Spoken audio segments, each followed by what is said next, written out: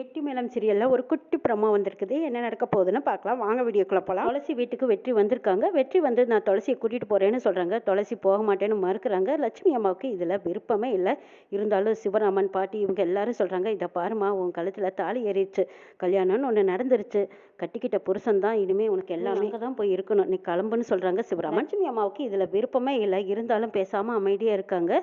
துளசி டக்குன்னு ஒரு முடிவு எடுக்கிறாங்க. சரி நான் அவர் கூடவே போயிடுறேன்ப்பாங்கிறாங்க. ராகு ஆரம்பத்தில் துளசி வீட்டு விட்டு வெளியே போனால் போதும், இவளுக்கு ஒரு கல்யாணத்தை பண்ணி எப்படியாவது கடமையை கழிச்சா போதும்னு நினச்சிட்டு இருந்தாங்க.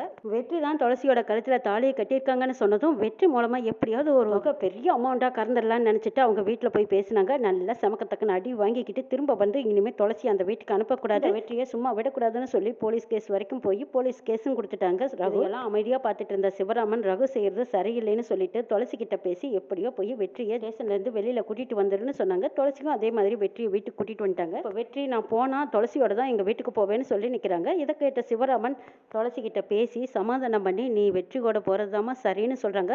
அப்பா சொன்னதை கேட்டு துளசிக்கும் சரி நான் கிளம்புறேன்ப்பாங்கிறாங்க. பாப்பாவையும் கூட்டிகிட்டு போகிறாங்க. அப்போ லட்சுமி அம்மா வந்து தடுக்கிறாங்க. வேண்டாம் துளசி, தியா கொஞ்ச நாள் இங்கே இருக்கட்டுங்கிறாங்க. இல்லைம்மா அவள் என் கூட தான் இருக்கணும், அவள் என்னோட பொண்ணு, என் கூட தான் இருக்கணுங்கிறாங்க துளசி. அத்தை நீங்கள் என் மேலே கோவமாக இருப்பீங்கன்னு எனக்கு நல்லா தெரியும். தியா என்னோட மக, நான் அவளை நல்லா பார்த்துக்குவேன். துளசியும் நான் நல்லா துளசியும் தியாவையும் நான் எந்த காலத்திலும் கைவிட மாட்டேன். நீங்க யாரும் உங்களை நினைச்சு கவலைப்பட வேண்டாம்னு சொல்றாங்க. இவங்க பேச்ச காது கொடுத்து கேட்காத லட்சுமி கோவத்துல திரும்பிக்கிறாங்க. இதையெல்லாம் பார்த்துட்டு இருந்த அஞ்சலி சொல்றாங்க, இதை பாருமா நீ கோவப்பட்டு எந்த பிரயோஜனம் இல்லை. வெற்றி ரொம்ப நல்லவர் தான், அவர் ஒன்றும் கெட்டவர் எல்லாம் கிடையாது. அவரை பத்தி நமக்கு நல்லா தெரியும். நடந்ததையே நினைச்சிட்டு இருந்தா அக்காவோட வாழ்க்கை என்னமா ஆகிறது? மன்னிச்சு மறந்து நம்ம வெற்றி கூட அக்காவை அனுப்பி வைக்கிறது தான் சரி. வெற்றியாட்டு ஒரு நல்ல மாப்பிள்ளை கிடைக்கிறது ரொம்ப அதிசயம் தான். அக்காவுக்கு கிடைக்க அவ கொடுத்து வச்சிருக்கணுமாங்கிறாங்க அஞ்சலி. சிவராமன் அஞ்சலி பாட்டி இவங்கெல்லாம் சொன்னதுக்கு அப்புறமா லட்சுமி அம்மாவோட மனசு தளருது. சரி துளசி நீ போயிட்டு வா அப்படின்னு சொல்லி அனுப்பி வைக்கிறாங்க. இங்க ரகுவுக்கு மட்டும் இதுல விருப்பமே இல்லை அப்படின்னு எல்லாரும் முன்னாடியும் உறக்க சொல்றாங்க. விருப்பம் இல்லாத நீ ஒன்னும் உன் தங்கச்சியோட வாழ்க்கையிலையும் நீ அக்கறைப்படுற மாதிரியும் தெரியல. அதே மாரி பொண்ணுங்களுக்கு பிரச்சனைன்னு வந்தா நீ பின்தங்கி ஓரங்கட்டி போறவ. அப்படி போற நீ இன்னைக்கு துளசிக்கு ஒரு வாழ்க்கை அமைஞ்சிருக்குன்னா அதை நல்லபடியா அமைச்சு கொடுக்கறத விட்டுட்டு ஏதாவது ஒரு சந்து வந்து கிடைக்காதா அதுல பூந்து பிரச்சனையை பெருசு பண்ண மாட்டாமான்னு எல்லாம் நீ பண்ணிட்டு இருக்கேங்கன்னு கேக்குறாங்க பாட்டி. பாட்டி என் தங்கச்சி வாழ்க்கையில எனக்கு அக்கறை இல்லையாங்கிறாங்க.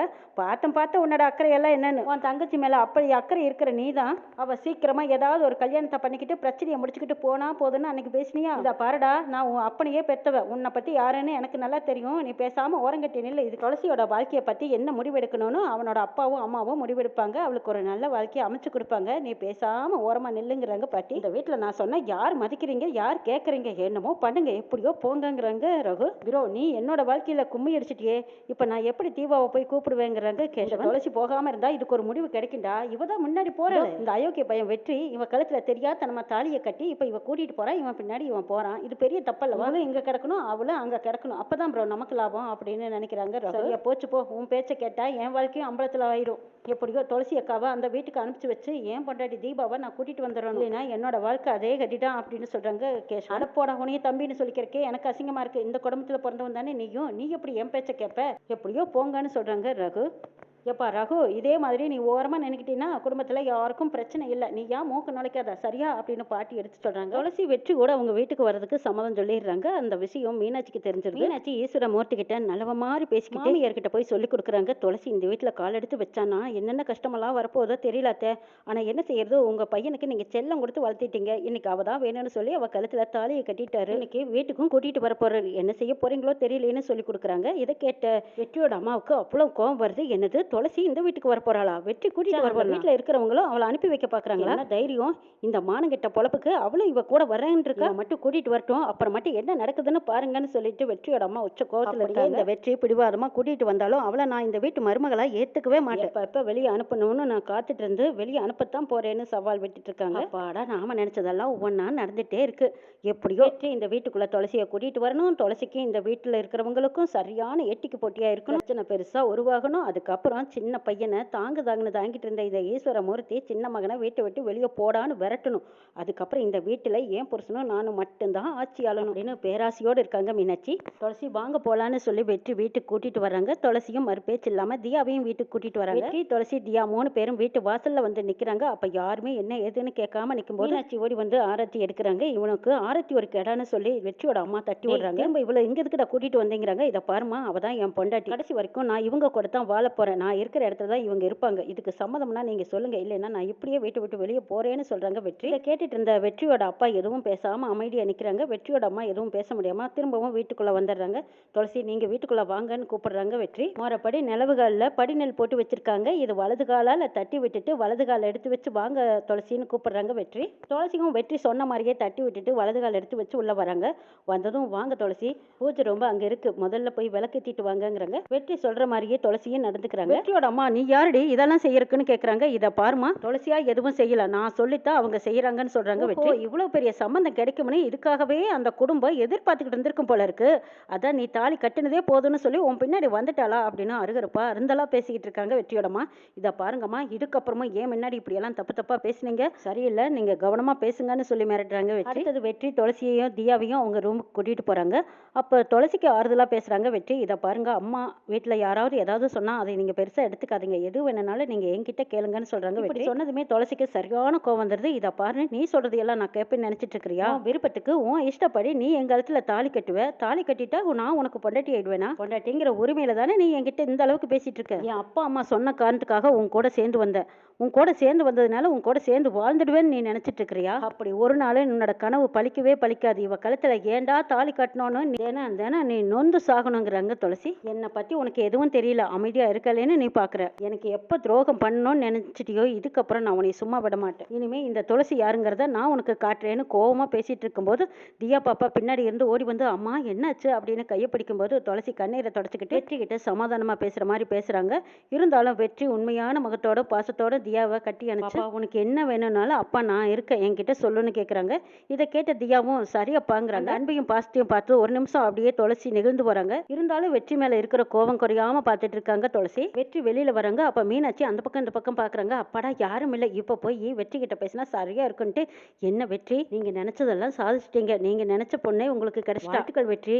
என்ன இன்னும் துளசி உங்க மேல கோவமா இருக்காளான்னு கேக்குறாங்க மீனாட்சி. நான் செஞ்ச காரியத்துக்கு அவங்களுக்கு கோவம் இருக்கிறது நியாயம் தானே, போக போக கோவம் தணிஞ்சிடும், சரியா போயின்னு தான் நான் நினைக்கிறேங்கிறாங்க வெற்றி. வெற்றி என்ன இருந்தாலும் அவங்க விருப்பம் இல்லாம நீ தாலி கட்டிட்ட, உன் விருப்பத்தை சொல்லி நீ தாலி கட்டி சந்தோஷமா இந்த வீட்டுக்கு கூட்டிட்டு வந்திருந்தா எல்லாத்துக்கும் பொருத்தமா இருந்திருக்கும். எப்படியோ சமாதானம் பண்ணிக்கலாம் விடுங்கிறாங்க.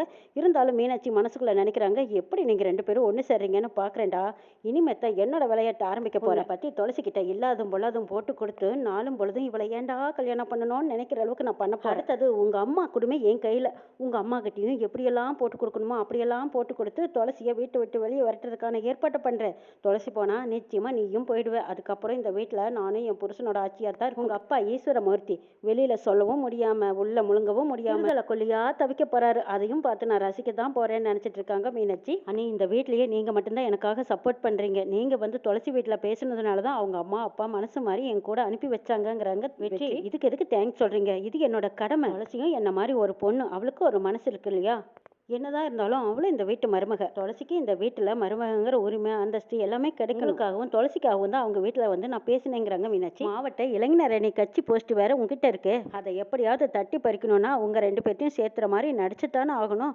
வேற வழி இல்லையே, அதனாலதான்ப்பா அப்படி நடிச்சேன். இனிமே தானே என்னோட ஆட்டத்தையே ஆரம்பிக்க போறேன், அதுக்கப்புறம் தானே இந்த அண்ணி யாருங்கிறது உனக்கு தெரிய போகுது, அது வரைக்கும் நான் உனக்கு நல்லவதான் அப்படின்னு நினைச்சிட்டு இருக்காங்க மீனாட்சி.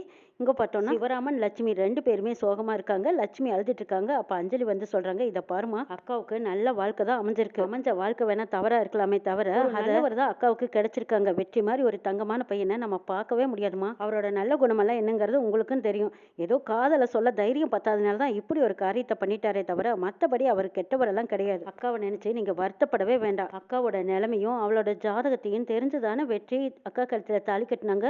அது மட்டும் இல்லாம தியா பாப்பாவையும் பார்த்துக்கிறேன்னு சொல்லி கையோட கூட்டிட்டு போயிருக்காங்க. இதுல இருந்தே தெரியலையா, அக்காவுக்கும் தியா பாப்பாவுக்கும் இனிமே எந்த பிரச்சனையும் இல்லை, ரெண்டு பேர்த்துக்கும் நல்ல பாதுகாப்புனா அது வெற்றினாலதான் கொடுக்க முடியும். அக்காவை நினைச்சு நீங்க அழுகாதீங்க, கவலைப்படாதீங்கன்னு ஆறுதல் சொல்லிட்டு இருக்கிறாங்க அஞ்சலி. அஞ்சலி நீ கிளம்பு, நீ வந்து ரொம்ப நேரம் ஆச்சு, மாப்பிள்ளை இன்னும் காணான்னு சொல்லுவார் இல்லைங்கிறாங்க லட்சுமி. ஆமாமா, நான் வர்ற அவசரத்துல அவர்கிட்ட சொல்லாம கூட வந்துட்டேன், சரி நான் கிளம்புறேன்னு சொல்லிட்டு அஞ்சலி அங்கிருந்து போறாங்க. வீட்டுல மகேஷ் சரியான கோவத்துல இருக்காங்க. அஞ்சலிக்கு என்ன ஒரு தைரியம் துணிச்சல், என்கிட்ட கூட சொல்லாம அவ வீட்டுக்கு போயிருக்கா, இவளை இப்படியே விடக்கூடாது, இனிமேத்தான் என்னோட சுயரூபம் என்னங்கிறத காட்டணும்னு நினைச்சுக்கிட்டு மகேஷ் கோவத்துல உட்காந்துருக்காங்க. அப்ப அஞ்சலி யதார்த்தமா வந்து பேசிட்டு இருக்காங்க, என்னங்க எங்க வீட்டுல என்ன என்ன நடந்து தெரியுமா? வெற்றி எங்க அக்காவை சமாதானம் பண்ணி கூட்டிட்டு போயிட்டாருன்னு சொல்லிட்டு இருக்காங்க. அஞ்சலி சொன்னது எல்லாம் காதுல வாங்கிக்காத மகேஷ், போது நிறுத்து. என்கிட்ட கூட சொல்லாம வீட்டை விட்டு வெளியே போனதும் இல்லாம அதுக்கு காரணம் வேற சொல்லிட்டு இருக்கியா? அப்புறம் நீ இந்த வீட்டை விட்டு வெளியே போக கூடாது அஞ்சலி அப்படின்னு சொல்லிட்டு கோவத்தோடும் வெறியோடவும் அஞ்சலி காலில் சூடு போடுறாங்க மகேஷ்.